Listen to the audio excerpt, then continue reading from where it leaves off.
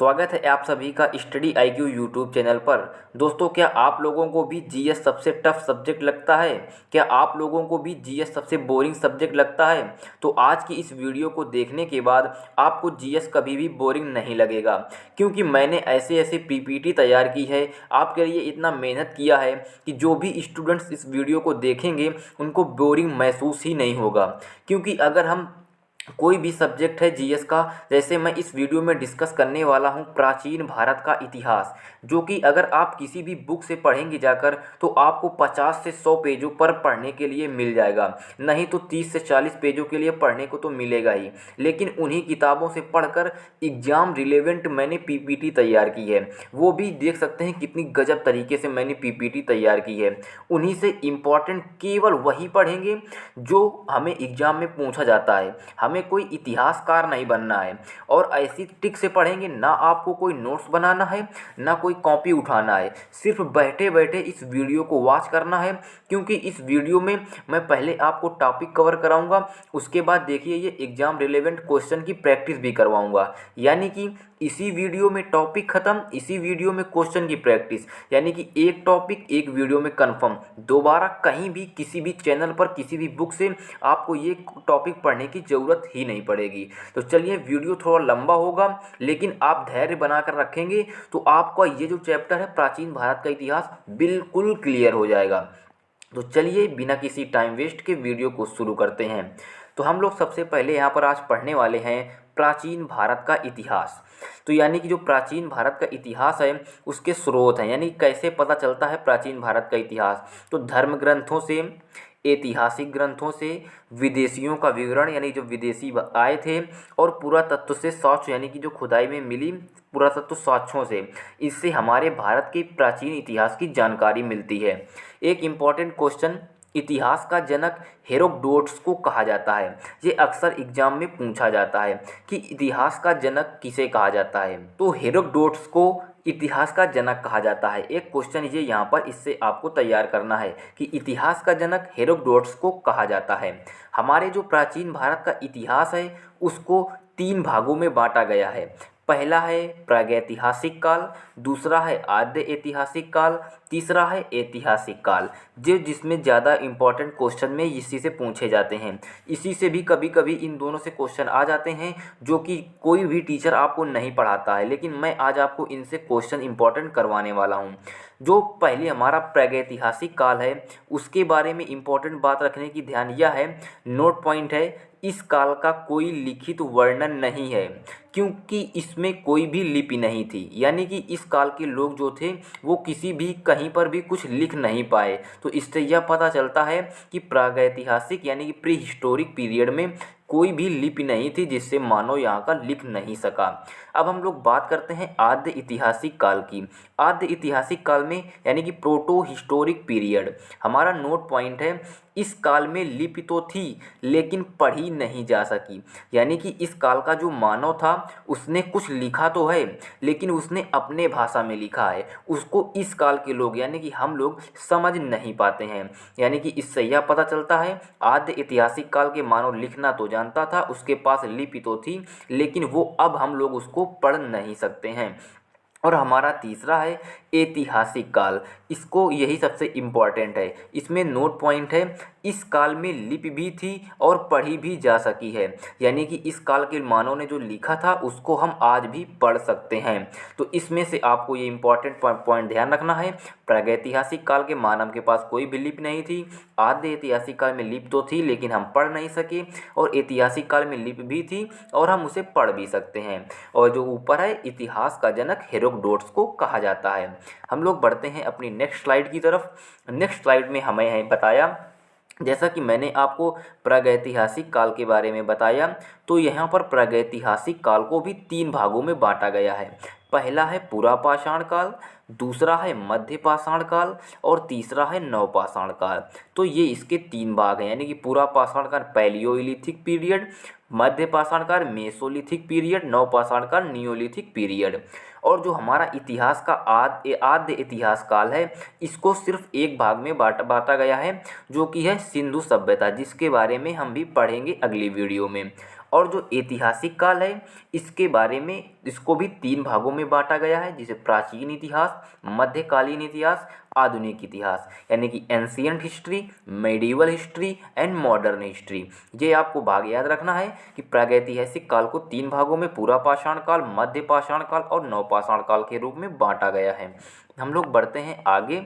आगे जो हम ये भी पढ़ने वाले हैं प्रागैतिहासिक काल यानी कि प्री हिस्टोरिक पीरियड। इसके बारे में हमारे इम्पॉर्टेंट पॉइंट क्या हैं? इस काल को पाषाण काल भी कहा जाता है, यानी कि प्रागैतिहासिक काल का ही एक भाग है पाषाण काल, लेकिन वो इम्पॉर्टेंट अलग से बताना नहीं है, इसी को पाषाण काल भी कहा जाता है।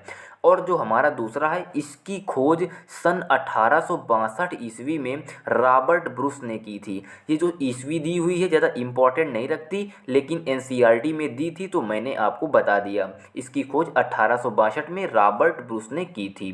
अगला पॉइंट है इम्पॉर्टेंट, इस काल का मानव किसी भी लिपि से परिचित नहीं था, जैसा कि मैंने आपको पहले ही स्लाइड में कन्फर्म कर दिया है।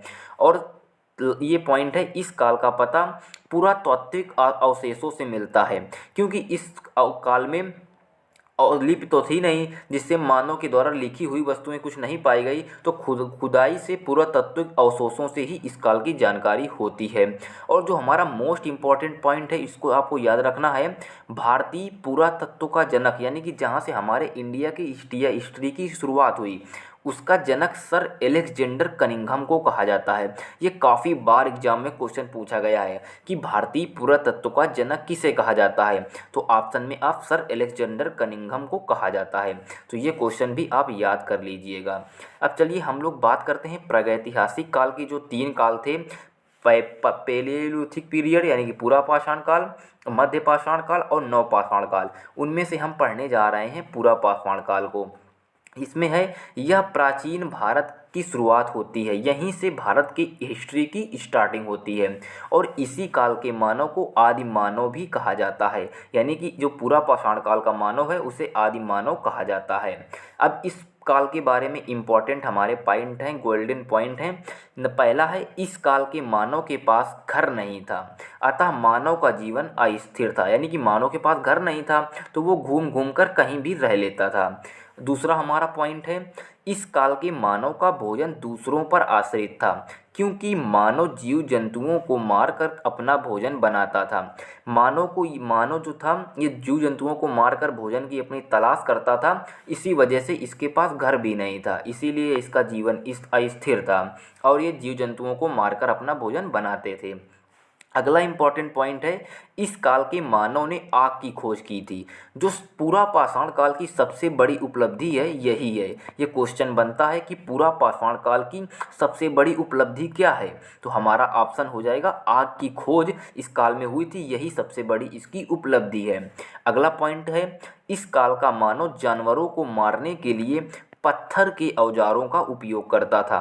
तो ये हमारा देख लीजिए। अब अगला पॉइंट हमारा दिया हुआ है, इस काल का मानव चित्रकारी करने लगा था, क्योंकि भीमबेटका की गुफाएं इसका प्रमाण है, यानी कि भारत में जो भीमबेटका की गुफाएं हैं वो पूरा पाषाण काल में मानव द्वारा चित्रकारी की गई थी, वहीं उस गुफाओं में अभी भी रखा हुआ है। और एक क्वेश्चन, भीमबेटका की गुफाएं कहाँ हैं, तो हम लोग याद रखेंगे मध्य प्रदेश में भीमबेटका की गुफाएं हैं। इतने ही पॉइंट थे पूरा पाषाण काल से रिलेटेड, जो को आपको रिमेंबर यानी कि याद रखनी है। आदि मानव इसी काल के मानव को कहा जाता है। मानव का जीवन अस्थिर था, मानव इसने सबसे बड़ी उपलब्धि आग की खोज कर ली थी। हम लोग बढ़ते हैं अब अगले अपने मध्य पाषाण काल की तरफ, जो है मेसोलिथिक पीरियड। ये हम भी पढ़ेंगे। इसमें इम्पॉर्टेंट पॉइंट क्या दिए हुए हैं, इस काल के मानव, पहला इंपॉर्टेंट पॉइंट है, इस काल के मानव के पत्थर के छोटे छोटे नुकीले औजारों का उपयोग करने लगा था, और इन औजारों को माइक्रोलिथ कहा जाता है। यानी कि जो माइक्रोलिथ कहा जाता है, इस काल का मानव जो पत्थर थे उनको मतलब कि नुकीले बनाकर उनको जानवरों को मारने के लिए उपयोग करने लगा था, और उन्हीं औजारों को माइक्रोलिथ कहा जाता है। ये इंपॉर्टेंट क्वेश्चन बनता है यहाँ से। दूसरा पॉइंट है, इस काल के मानव ने पशुपालन शुरू कर दिया था। यानी कि इस काल के मानव ने पशुपालन भी शुरू कर दिया था। अगला पॉइंट है, इस काल के मानव ने सर्वप्रथम कुत्ते को अपना पालतू जानवर बनाया था। यानी कि जो पशुपालन था उसी में कुत्ते को सबसे पहला पालतू जानवर बनाया था। तो यहाँ से हमारा एक क्वेश्चन तैयार होता है कि मनुष्य द्वारा पाला गया सबसे पहला जानवर कौन सा है, तो वो है कुत्ता। तो हमारा ये कुत्ता आप लोग ऑप्शन में होगा तो सही कर देंगे। अब हम लोग बढ़ते हैं अपने नवपाषाण काल की ओर, यानी कि नियोलिथिक पीरियड के बारे में बात करते हैं। नियोलिथिक पीरियड से हमारे इम्पॉर्टेंट पॉइंट हैं ये है कि पहला पॉइंट है इम्पॉर्टेंट पॉइंट, इस काल के मानव ने कृषि करना आरंभ कर दिया था। यानी कि जो इस काल का नवपाषाण काल का मानव था उसने कृषि करना आरंभ कर दिया था। और एक क्वेश्चन यहाँ पर बनता है, मानव द्वारा उपजाई सबसे पहली फसल कौन सी है, तो आप लोगों को याद रखा है ऑप्शन में जौ होगा। सबसे पहले मानव ने जौ ही उगाया था। ये क्वेश्चन में आपको करने को मिलेगा, आपको एग्जाम में भी पूछा जाता है कि मनुष्य द्वारा उत्पादित सबसे पहला अनाज जौ है। दूसरा इम्पॉर्टेंट पॉइंट है, कृषि से पता चलता है कि मानव जीवन स्थिर हो गया था, अतः मानव के पास निवास स्थान भी था। क्योंकि अगर मानव अगर कृषि करेगा तो उसका जीवन स्थिर तो होएगा, अगर वो स्थिर नहीं होगा तो कृषि कैसे करेगा। इसीलिए इससे पता चलता है कि मानव का जीवन स्थिर था। अब हम अगले इम्पॉर्टेंट पॉइंट की ओर बात करते हैं। इस काल के मानव की सबसे बड़ी उपलब्धि थी कि उसने पहिए का आविष्कार कर लिया था। यहाँ से एक क्वेश्चन बनता है कि पहिए का आविष्कार किस काल में हुआ था, तो ऑप्शन हमारा नवपाषाण काल में हुआ था। तो इतनी बातें आपको याद रखनी है कि मानव के पास निवास स्थान भी था और मानव कृषि भी इसी काल में करने लगा था। अब हम लोग बढ़ते हैं नेक्स्ट स्लाइड की ओर।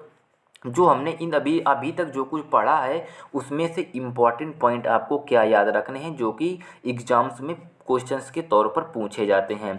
जो हमारा पहला इम्पॉर्टेंट पॉइंट है, प्रागैतिहासिक काल के एक भाग को ताम्रकाल भी कहा जाता है। यानी कि वैसे तो देखा जाए तो लोग कुछ किताबों में आपको देखने को मिलेगा कि प्रागैतिहासिक काल को दो काल में बांटा गया है, एक पाषाण काल एक ताम्रकाल, लेकिन कई कई बुकों में नहीं है। तो इसको ताम्रकाल भी कहा जाता है क्योंकि इसी काल में तांबे की खोज हुई थी और तांबे के औजार भी इसमें प्रयोग करने लगे गए थे। और एक क्वेश्चन यहाँ से एक ये भी बनता है कि मनुष्य द्वारा सबसे खोजी गई यानी कि कौन सी धातु है, तो तांबा है, ऑप्शन में हम लोग सही करेंगे। अब हमारा अगला नेक्स्ट पॉइंट है इम्पॉर्टेंट पॉइंट, सर्वप्रथम मानव द्वारा पालतू जानवर कुत्ता, पहले ही बताया। सर्वप्रथम मानव द्वारा खोजी गई धातु तांबा। भीमबेटका की गुफाएं कहाँ स्थित हैं, मैंने बताया मध्य प्रदेश में। अगला पॉइंट है, आग की खोज किस काल में हुई, परापाषाण काल में हुई। अगला रिमेंबर पॉइंट है, पहिए की खोज किस काल में हुई, नवपाषाण काल में हुई। इसमें आपको इतना इम्पॉर्टेंट पॉइंट को रिमेंबर रखना, याद रखना है।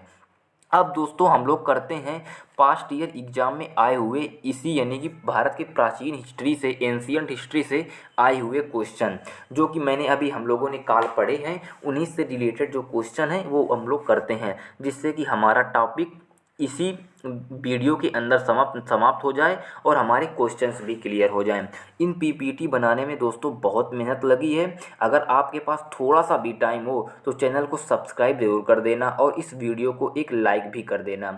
चलिए हम लोग क्वेश्चन स्टार्ट करते हैं। हमारा फर्स्ट क्वेश्चन है, यहाँ पर फर्स्ट क्वेश्चन दिया हुआ है कि मानव के जो है इतिहास के आरंभिक काल को क्या कहा जाता है।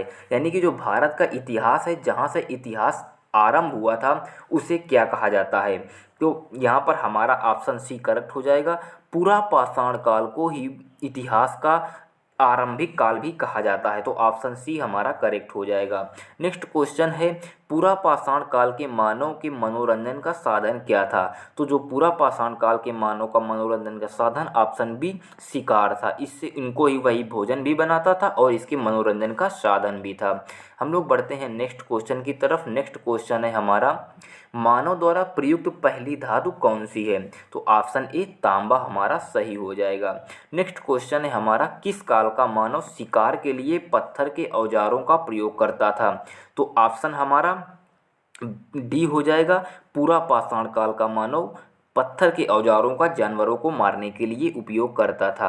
हम लोग बढ़ते हैं नेक्स्ट क्वेश्चन की ओर। नेक्स्ट क्वेश्चन है हमारा, पूरा पाषाण काल की मानव की सबसे बड़ी उपलब्धि क्या थी? तो हमने बताया था आग की खोज, ऑप्शन डी, आग की खोज ही पूरा पाषाण काल के मानव की सबसे बड़ी उपलब्धि थी।